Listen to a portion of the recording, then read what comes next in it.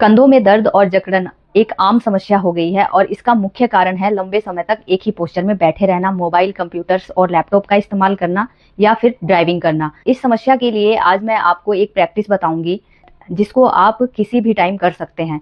किसी भी comfortable posture में बैठ जाइए और अपने एक हाथ को पीछे की ओर लेके जाएंगे और अपने दूसरे हाथ से अपनी कोहनी को पकड़ेंगे और जितना हो सके पीछे की ओर स्ट्रेच करना है आपको। श्वास नॉर्मल होना चाहिए।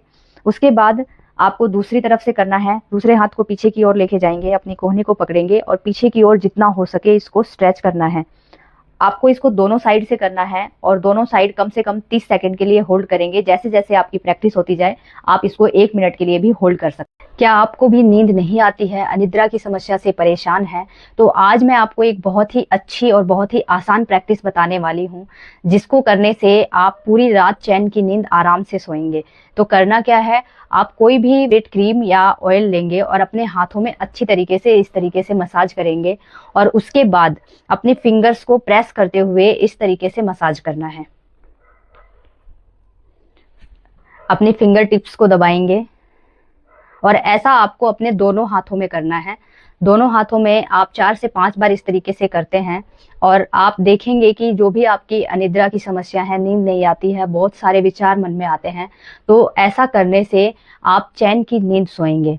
तो इसकी प्रैक्टिस आप डेली रेगुलर बेसिस पे करें, आपको बहुत फायदा। मैं एक ऐसे आसना का अभ्यास बताऊंगी जो हमारी जांघों के लिए, पैरों के लिए, स्पाइन के लिए और हमारे रिप्रोडक्टिव ऑर्गन्स के लिए बहुत ही ज़्यादा जरूरी और फायदेमंद है। स्पेशली फीमेल्स के लिए बहुत ज़रूरी है।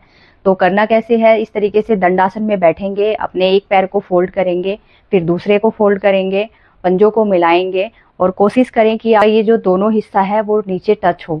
अगर नहीं हो रहा है तो कोई बात नहीं, धीरे धीरे रेगुलर प्रैक्टिस से ये होने लगेगा। और इस तरीके से अपने दोनों हाथों को पकड़ेंगे, कंधों को, रीढ़ की हड्डी को सीधा करेंगे और सामने देखेंगे, लंबी गहरी सांस लेंगे और लंबी गहरी सांस छोड़ेंगे। इस प्रैक्टिस को आपको 1 मिनट के लिए करना है। रेगुलर इस प्रैक्टिस को करें। धन्यवाद। ऐसी मुद्रा का अभ्यास करना बताऊंगी जिसे मुद्राओं का राजा कहा जाता है।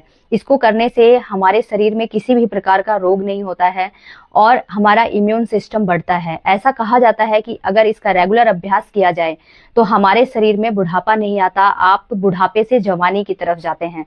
तो चलिए शुरू करते हैं, इसका अभ्यास कैसे करना है। इस मुद्रा का नाम है खेचरी मुद्रा और खेचरी मुद्रा को करने के लिए हमें अपने जीभ को फोल्ड करना होता है। आप पीछे की तरफ इसको फोल्ड करेंगे और उसके बाद लंबी गहरी सांस लेंगे और फिर जिस तरीके से हम भ्रामरी प्राणायाम का अभ्यास करते हैं उस तरीके से अपने गले से आवाज निकालनी है। तो चलिए शुरू करते हैं। जीभ को फोल्ड करेंगे,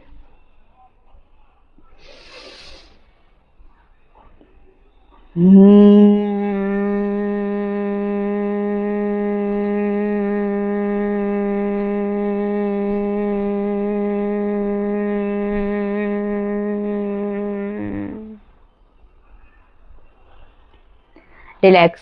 इस तरीके से आपको 8 से 10 बार इसकी प्रैक्टिस करनी है, रेगुलर प्रैक्टिस करनी है। आप इसके जो भी लाभ है वो आप खुद देखेंगे। अस्थमा या साइनस की समस्या से परेशान हैं तो भस्त्रिका प्राणायाम का अभ्यास जरूर करें। अपने दोनों हाथों को सांस भरते हुए ऊपर की ओर लेकर जाएंगे और सांस छोड़ते हुए नीचे की ओर। इसी तरीके से इसका दूसरा वेरिएशन करेंगे। अपने दोनों हाथों को सामने की ओर सांस भरते हुए आगे और सांस छोड़ते हुए पीछे की ओर लेकर जाएंगे। तीसरे वेरिएशन के लिए अपने दोनों हाथों को मोड़ेंगे और कोहनियों को सांस भरते हुए ऊपर और सांस छोड़ते हुए नीचे की ओर लेकर आएंगे।